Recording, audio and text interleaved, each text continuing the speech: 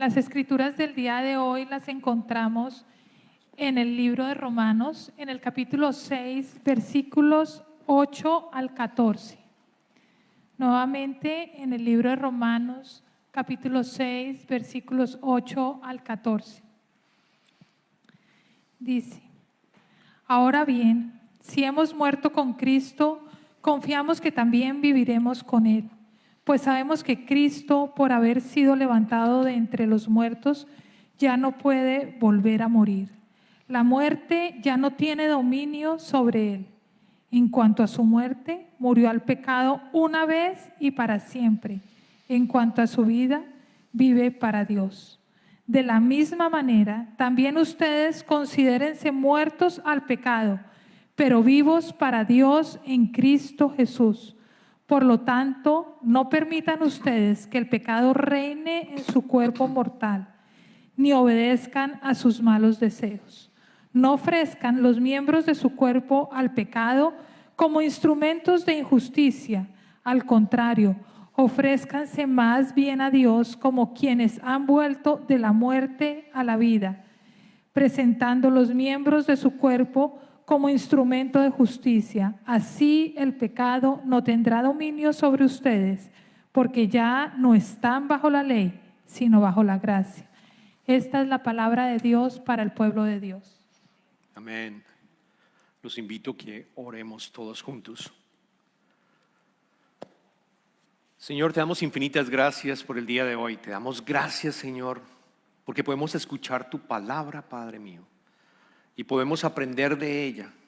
Y también porque podemos venir a tu templo, Señor, y poder expresar nuestras aflicciones, nuestros deseos, Señor, poder tener una conversación contigo, Padre. Yo te pido, Señor, y es nuestra oración, que todos podamos aprender de estos versos, Señor. Que alguna vez quizás los hemos escuchado muchas veces, los hemos escuchado varias veces, pero que esta vez, Señor, tengan una luz diferente, tengan un mensaje diferente para cada uno de nosotros, por el poder de tu Espíritu. Oramos esto en el nombre de Jesús, tu Hijo, a quien amamos. Amén, amén, amén. Yo deseo iniciar con un tema que tiene el cristianismo que es bien importante. Voy a iniciar el mensaje con este tema. Y es que la salvación en el cristianismo, en el evangelio, la salvación, la vida eterna se recibe. La vida eterna, la salvación no se trabaja, no se consigue. Y eso es totalmente diferente a todas las religiones que ustedes pueden llegar a conocer. En el cristianismo, gracias a lo que Cristo hizo, tu salvación, tu vida eterna, tú la recibes cuando tú profesas la fe en Jesucristo. Por cuando tú entiendes que el mundo, que la creación, debido al pecado original, está esclavizando absolutamente a todas las personas que están naciendo, porque nacemos con el pecado original. Y cuando tú entiendes que la Trinidad, cuando vio lo que estaba pasando, Dios Padre, Dios Hijo, Dios Espíritu Santo, decide enviar al Hijo, a Jesucristo, y morir por nosotros siguiendo la ley. Él fue el Cordero que murió por todos nosotros. Cuando tú entiendes que lo que tienes que hacer es creer en Él, en lo que hizo por ti, por el perdón de tus pecados, tú has recibido la salvación.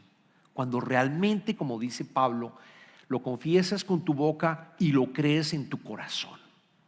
Pero ¿saben qué ocurre? ¿Saben qué ocurre? Que hay personas que dicen: un momento, si la salvación es de esa manera, si la salvación es solo creer en que Jesucristo perdonó mis pecados y ya tengo el tiquete para ir al cielo después de la muerte y vivir eternamente con Dios, no tengo que cambiar. ¿Por qué tengo que cambiar? ¿Por qué tengo que cambiar mi estilo de vida? ¿Por qué tengo que seguir a Jesucristo? ¿Por qué tengo que obedecer a Dios? Yo puedo seguir viviendo como estaba viviendo antes. ¿Por qué tengo que llevar una vida consagrada? No tengo que hacerlo. Es raro pensar de esa manera, porque yo les comento que no hay ningún verso en las Escrituras, absolutamente ningún verso, ni Jesucristo lo dijo, que tú puedas gozar del perdón de los pecados, gozar de la salvación y olvidarte de Jesucristo. Algo así como decir, ¿sabes qué, Jesús? Gracias por lo que hiciste en la cruz. Creo en ti, me has perdonado todos mis pecados, pero yo voy a vivir mi vida como necesito vivirla, como yo creo que debo vivirla. Y nos vemos en el cielo. No, todo lo contrario. Todo lo contrario. Cuando tú confiesas la fe en Jesucristo, Él quiere precisamente que tú tengas una relación personal con Él. El Espíritu Santo llega en ti, Él vive en ti, luego hay transformación. Por eso una vida consagrada, una santificación, transformación, es el fruto de la salvación. No es algo que tú tengas que trabajarlo, algo que tú tienes que llegar a hacer para lograr esa consagración, para lograr esa santificación. Es que es el producto, es el resultado del Espíritu Santo en tu vida, el poder que te permite transformarte. Es exactamente lo que Pablo nos dice en el capítulo 6, capítulo 7 y capítulo 8. Específicamente en el capítulo 6 le está diciendo a los romanos: no significa que vas a pecar, continuar pecando, no. Tú has recibido el Espíritu Santo, luego el poder del Espíritu Santo en ti hace ese proceso de transformación. Por eso es importante que estamos en esta serie que estamos mirando sobre una vida consagrada, entender lo básico que es entender el poder del Espíritu Santo y su poder transformador. Porque hay cristianos, y la palabra puede sonar fea en esta ilustración, que incluso lo iba a utilizar al principio, pero decidí no usarlo. Yo creo que hay cristianos vampiros, ¿no? Todos conocen un vampiro, ¿no? Un murciélago es un tipo de murciélago que es un vampiro, que lo que hace el murciélago es identificar básicamente dónde está el animal, la presa, y tiene la sensibilidad y el olfato de mirar incluso las capas capilares donde puede succionar sangre de la manera más fácil y picarlo de tal manera que la presa no sabe, o esa persona o ese animal no se da cuenta que ha sido picado, y el murciélago empieza a lamer la sangre, no la chupa, la lame. Y desafortunadamente yo creo que hay cristianos también que somos o son vampiros, porque toman un poquito de sangre solo para llegar a obtener o creer que obtienen la salvación. Una sola vez. Voy a picarlo una sola vez para obtener mi salvación y me olvido de Jesucristo y vivo como yo quiera. No. La invitación es precisamente entender que Él está en ti, en tu Espíritu Santo, y que tú te invita a que tengas una relación personal con Él a todo momento, que vivas en su presencia, que vivas continuamente en su presencia, que entiendas que el poder de Dios que lo levantó de la muerte también está en ti. Así que para el mensaje de hoy hay dos puntos bien importantes que quiero desarrollar. El primero, para que nos quede muy claro. Primero, sin Cristo en tu vida, seguirás siendo esclavo de alguien. Lo vamos a desarrollar. Segundo, con Cristo en tu vida, eres completamente libre. Eso es lo que Pablo nos dice en este capítulo 6, es lo que vamos a aprender en el día de hoy como parte de la serie Es una vida consagrada. Sin Cristo en tu vida, seguirás siendo esclavo de alguien. Y usted me dirá: pastor, yo no soy esclavo de nadie. ¿Cómo así que yo soy esclavo de alguien? Sí, todos nacemos desafortunadamente con el pecado original, y precisamente porque queremos ser Dios, y precisamente porque nos olvidamos de la parte espiritual de nosotros, y precisamente porque nos olvidamos que nosotros somos seres espirituales con un destino eterno. Somos seres espirituales con un destino eterno, bien sea con Dios o sin Dios, separado, pero tú eres un ser espiritual con un destino eterno, y estás aquí temporalmente. Pero si tú no te acercas a Dios, lo que está pasando es que vas a ser esclavo. Y ustedes dirán: ¿esclavo de quién? Pues esclavo precisamente lo que tú quieres que llegar a ser, en lo que tú consideras, óiganme bien, lo que tú consideras que tú eres, digamos, vas a obtener un valor en tu vida, en lo que tú dices, esto es lo que me levanto y yo tengo la satisfacción, yo tengo no la satisfacción, no solamente la satisfacción, pero esto me permite a mí levantarme e irme día a día. Es algo que me da valor, es algo que me da purpose, me da a mí sentido de valor. Y entonces lo voy a conseguir a toda costa. Voy a estar trabajando por eso, sea lo que sea. Voy a estar trabajando por eso, porque Dios para mí no existe. Me olvidé de Él, ¿se acuerdan? Me olvidé completamente de Él. Entonces voy a trabajar por eso que yo considero que me da a mí el valor, que me da a mí la posibilidad de sentirme aquí en este mundo con alguien que va realmente a hacer algo, pero en realidad es por mí. Si te das cuenta, es por mí. Es ser el Dios solamente sobre ti. Y para resaltarlo, vamos al verso 12 que lo leímos esta mañana, donde Pablo dice: por lo tanto, no permitan ustedes que el pecado reine en su cuerpo mortal, ni obedezcan a sus malos deseos.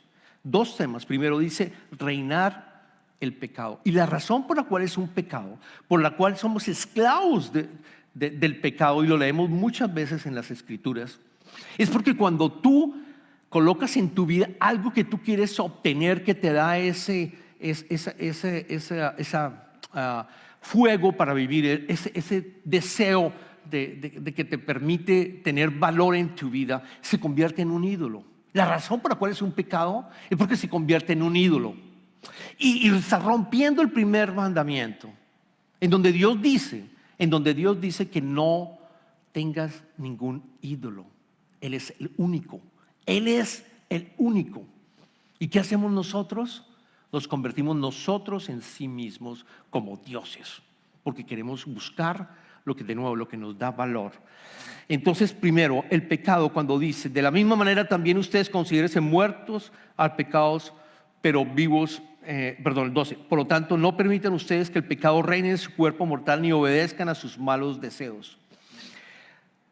Otro mensaje que seguramente ustedes, cuando dicen malos deseos, ustedes dicen: ok, estamos hablando de cosas muy malas.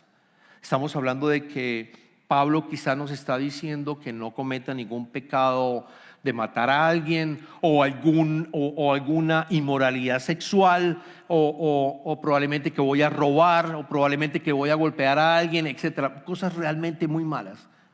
Pero quiero que esto fue para mí bien interesante, que la palabra malos deseos, si tú te vas al griego, porque es difícil de traducir esto de acuerdo a los teólogos, estas palabras malos deseos, no es fácil traducirla, pero si realmente vamos a ir a la palabra, vamos a ir al griego para entenderlo, esa palabra malos deseos en griego significa en griego epitimia, lo vamos a colocar aquí en la pantalla. ¿Por qué lo traigo? Porque timia significa deseo, y la palabra epi en griego significa un deseo saturado o no saturado, un deseo en donde tú le estás dando mayor énfasis. Es realmente algo que a ti de nuevo, tú quieres obtenerlo, tú quieres lograrlo. Epi significa mucho más, es un adjetivo que significa mucho más de un deseo natural, de un deseo humano. Entonces, estos malos, yo quiero que entiendas en el versículo 12, estos malos deseos, lo que Pablo realmente está diciendo es: analiza tu vida,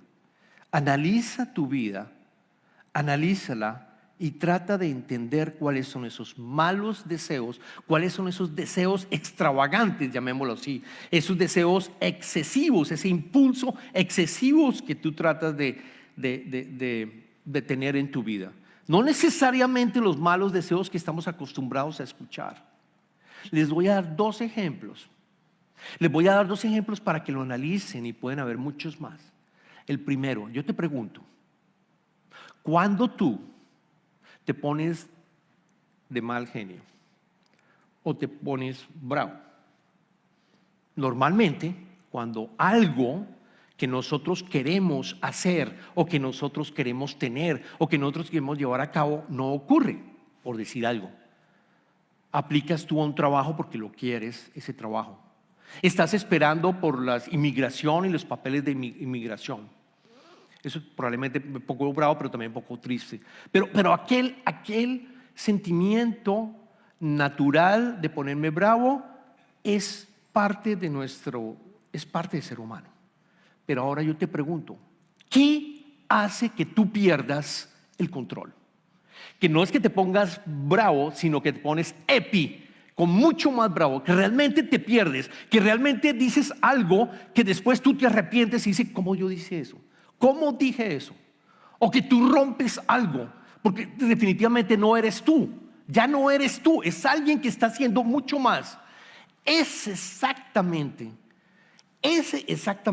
lo que tú logras identificar, que te saca de control totalmente. Es exactamente tu amo.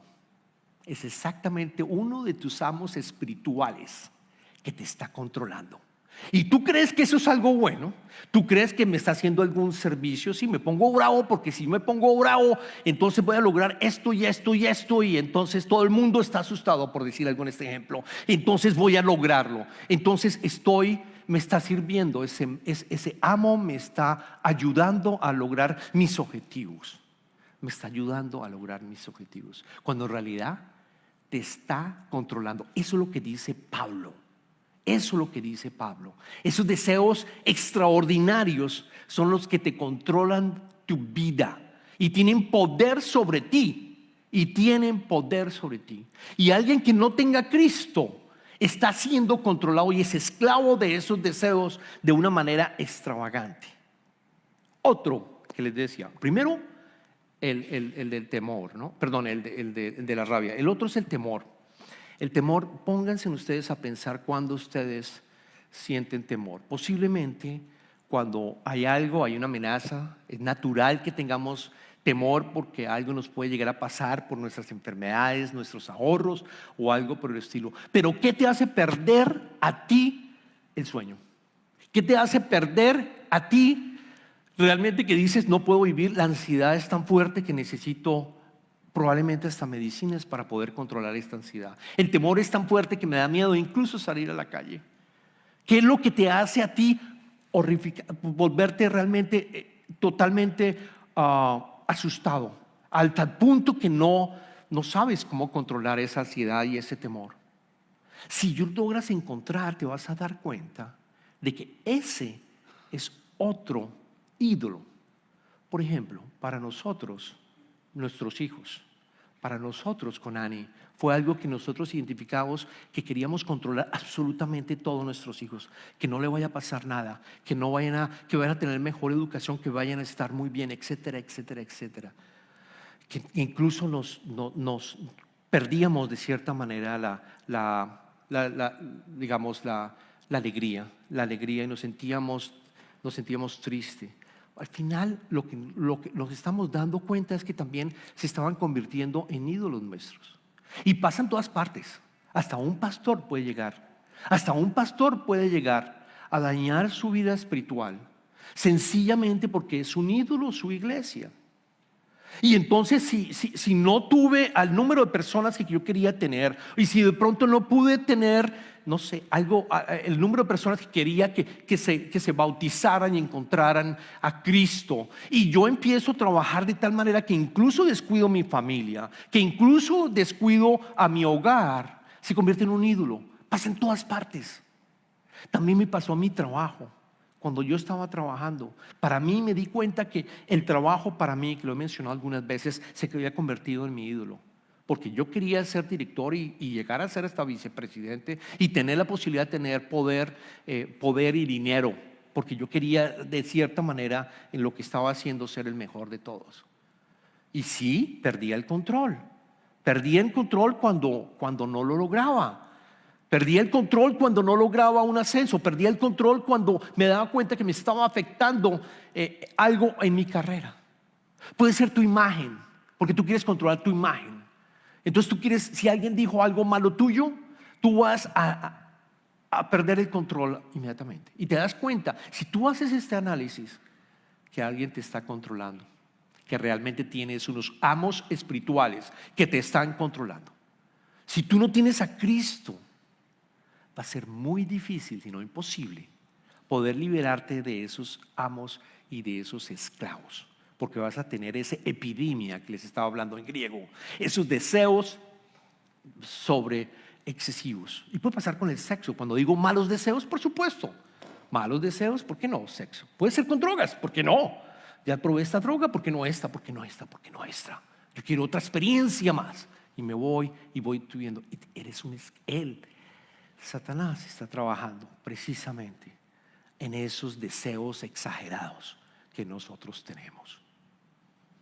Luego la invitación es aceptar a Cristo de tal manera que nosotros podemos liberarnos de esos malos deseos. Y es el segundo punto que traemos para el día de hoy. El segundo punto, con Cristo eres libre. Vamos a leer los versículos 5 al 7 y entender por qué soy libre y por qué llego a ser libre. 5 al 7. En efecto, si hemos estado unidos con Él en su muerte, está hablando de Jesucristo. Si hemos estado unidos, cuando tú lo aceptas, estás unido con Jesucristo en su muerte, sin duda también estaremos unidos con Él en su resurrección. Sabemos que nuestra vieja naturaleza fue crucificada con Él para que nuestro cuerpo pecaminoso perdiera su poder, de modo que ya no siguiéramos siendo esclavos del pecado, porque el que muere queda liberado del pecado. Porque el que muere queda liberado del pecado. Yo quiero decirte, cuando tú aceptas a Jesucristo, ¿sabes qué pasa? Es un misterio, pero es algo precioso. Tu pasado es el mismo pasado de Jesucristo. Tu futuro es el mismo futuro de Jesucristo. Tú vives con Jesucristo porque el Espíritu Santo llega a ti. O sea que tu naturaleza pecaminosa se elimina completamente. Y es una verdad, es un misterio. ¿Sabes qué? Yo diría más bien es una unión cósmica, es una unión divina con Jesucristo. Tu pasado se elimina. Todos esos pecados que has cometido completamente borrados, completamente eliminados, completamente rayados, borrados, absolutamente todo. Tu pasado es el pasado de Cristo, tu futuro es el futuro con Cristo. Eres una nueva creación. Por eso se habla que volvemos a nacer cuando tenemos a Cristo. Por eso las Escrituras hablan de un nacer nuevamente. Vuelves a nacer. Vuelves a nacer en Cristo. El pecado es de nuevo un poder que a nosotros nos domina, que tiene un dominio sobre aquellas personas que no tienen a Cristo. Ese dominio se elimina cuando tú aceptas a Jesucristo de verdad, con tu corazón, le entregas tu vida. Y lo otro que quiero mencionar es que lo dice Pablo muy claramente: esa vieja naturaleza fue crucificada con Él para que nuestro cuerpo pecaminoso perdiera su poder, de modo que ya no siguiéramos siendo esclavos del pecado, porque el que muere queda liberado del pecado. Lo otro que quiero decirte es que eres muerto al pecado. ¿Y saben qué? Un muerto no peca. Llévense en esto en la cabeza: un muerto no peca. Una persona que ha pecado, que ha aceptado a Jesucristo, muere, su naturaleza pecaminosa muere. Y yo creo que muchos de ustedes han aceptado a Jesucristo. Estoy seguro. Conozco la mayoría. Yo creo que sí lo han aceptado. Pero ¿saben qué sucede? Que se nos queda quizás ese deseo estadísticamente de que hay un momento en que tengo que pecar. Hay un momento en que yo digo, yo creo que voy a mentir. Yo creo que está bien mentir. Y me doy excusas a mí mismo. Me doy excusas a mí mismo para mentir. Le doy excusas a Dios y a Jesucristo para mentir. Un ejemplo: te invitan a una fiesta, a un grado. Ahorita que estamos en los grados y se están graduando, te invitan a un grado. Tú no quieres ir. Tú sientes que no, yo no quiero ir. Yo como que no quiero ir a esta fiesta de grado, no quiero ir. Uno habla con la esposa, bla, bla. Al final, tú lo piensas y de pronto, si tú no te acuerdas que tú estás muerto al pecado, que no vale la pena mentir, No vale la pena mentir, porque es un pecado. ¿Para qué lo hacemos? Sencillamente, di la verdad. Una verdad puede ser: no, gracias. No tienes que estar inventando: no, es que se me dañó el carro, me enfermé, es que se me inundó la casa, es que etcétera, etcétera. Estás mintiendo, estás manipulando. Eso no es parte de ser libre. Tú tienes que reconocer: yo soy muerto, estoy muerto al pecado. No tengo que mentir.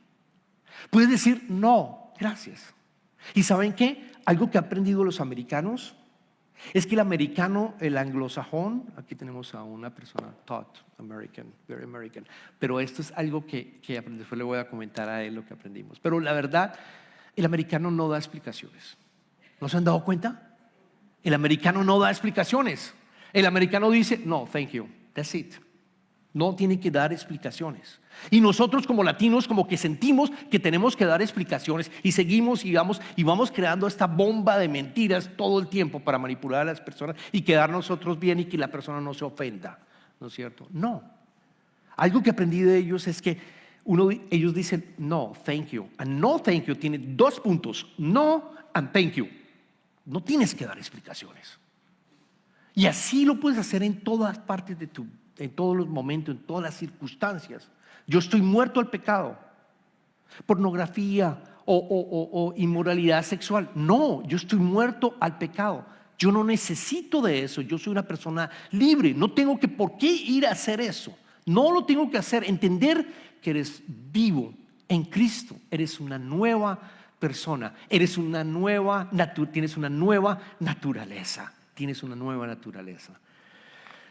6:11 también nos reafirma, el versículo 11 también nos reafirma: de la misma manera también ustedes considérense muertos al pecado, pero vivos para Dios en Cristo Jesús. Vivos para Dios, porque nuestro llamado es aceptar a Jesucristo, de tal manera que Él nos va guiando nuestra vida. Él nos va caminando con nosotros y te va mostrando lo que Él quiere para ti, la persona en Cristo que Él quiere para ti, y que tú te vayas transformando por el poder del Espíritu Santo. Y a veces pensamos que, bueno, la cristianidad, de pronto mis objetivos son muy pequeños, porque yo solo quiero que me cubras y me ayudes en todo lo que yo necesito. Pero ¿saben qué? Él desea que tú le expreses a dónde quieres llegar, que tú le expreses no tus malos deseos, sino ese sencillamente para glorificar a Dios, que sea lo mayor para Él. Señor, ayúdame a glorificar mi vida de tal manera que yo pueda dejar un legado en este mundo, en donde yo realmente hice las cosas por ti, porque tú eres mi rey. Tú eres mi rey, tú eres el único al cual yo obedezco, tú eres mi único amo, Señor. Y yo te pido que con el poder del Espíritu Santo mi vida sea santificada, y la de mi familia y la de mi comunidad, y pueda amar los unos a los otros. Pero voy a pedir en grande, lo mayor que yo pueda llegar a imaginar. Y Él poco a poco te va a guiar con el poder del Espíritu Santo. Pero tú tienes que jugar a ser muerto al pecado.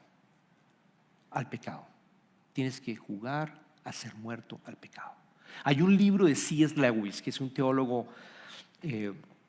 americano. Él escribió un libro que se llama Mere Christianity, en español se llama Mero Cristianismo en español. Él da una idea preciosa de lo que le pasa cuando nosotros aceptamos a Jesucristo como nuestro Rey, realmente el único amo. Él dice: tu vida es como una casa. Quiero que te imagines que ahora que has aceptado a Jesucristo, tu vida es una casa. Tu vida carnal, física y espiritual es una casa. Y él dice lo siguiente, lo voy a leer textualmente: imagínense como una casa viva, ¿no? Dios viene a reconstruir esa casa. Al principio tal vez puedas entender lo que está haciendo. Está arreglando los desagües, deteniendo las goteras en el techo y demás. Usted sabía que era necesario realizar esos trabajos, y por lo tanto, no, usted no se sorprende, no te sorprendes. Pero después empieza a golpear la casa de una manera que duele abominablemente y no parece tener ningún sentido. Empiezas a sufrir. Ojo, es verdad, el proceso de transformación no es sencillo, porque recuerden que tenemos una nueva naturaleza y que nuestra mente sigue quizás pensando que no hemos cambiado. Luego Él empieza a hacer unos cambios fuertes y tú dices: ¿qué diablos está haciendo Dios en mi vida? ¿Qué es lo que está haciendo? La explicación que Él te da es que Él está construyendo una casa muy diferente a la que tú pensaste. Construyendo un nuevo cuarto aquí, poniendo un piso adicional allá, tumbando una pared, removiendo otra pared, colocando un patio. Quizás está colocando unos árboles, está haciendo cambios fuertes. Así como cuando ustedes hacen una remodelación en su casa, estoy seguro que no es sencillo ver lo que está pasando. Lleno de polvo, lleno de ruido, es difícil. Es exactamente lo que hace el Espíritu de Dios, Cristo, en tu vida. Empieza a hacer los cambios que Él necesita hacer, porque tú eres una nueva creación y exactamente todo lo que estaba anteriormente lo va a eliminar. Y lo que está pasando es que pensaste tú que te estabas convirtiendo en una casita decente, pequeñita, y bueno, con Cristo yo voy a tener esta mi casa, no muchos cambios en mi vida. No, ¿saben qué? Él quiere, dice sí, Él está construyendo un palacio. Él está construyendo un palacio porque Él quiere vivir en ese palacio. Por eso el proceso de transformación es el fruto de nuestra salvación, de aceptar a Jesucristo en nuestra vida. Así que acordémonos que ante el pecado estamos muertos. No tiene el poder el pecado en nosotros. Nosotros tenemos la misma mente de Cristo. Eso lo dicen las Escrituras. Tenemos la misma mente de Cristo y Él vive en ti. Esa es la invitación. Oremos. Señor, Padre amado, te damos infinitas gracias por tu palabra. Te damos gracias por el apóstol Pablo, que nos recuerda que nosotros estamos muertos al pecado. Yo te pido, Padre, que cada vez que nosotros nos encontremos dudando de eso, yo te pido, Señor, que entendamos que estamos muertos al pecado, porque un muerto no peca, Padre mío. Ya lo hiciste todo. Ya lo hiciste todo. Y yo te pido, Señor, a aquellas personas que todavía están dudando de dar su vida a Jesucristo, que en este momento, Señor, que en este momento recuerden que Él murió por nuestros pecados y que tienes acceso a esa salvación, que no tienes que conseguir tu salvación, no tienes que trabajar por tu salvación, sino solamente rendirte a lo que Jesucristo hizo en la cruz por cada uno de nosotros, Señor. Y que ese poder del Espíritu Santo nos transforme en las personas que tú quieres, cada uno de nosotros en Cristo, Señor. Sabemos que es doloroso los cambios, Padre, pero así como confiamos que Cristo perdonó nuestros pecados, todos presentes, pasados y futuros, también vamos a confiar en que Él nos va a transformar en una nueva persona en Cristo, para que te podamos glorificar hoy y siempre.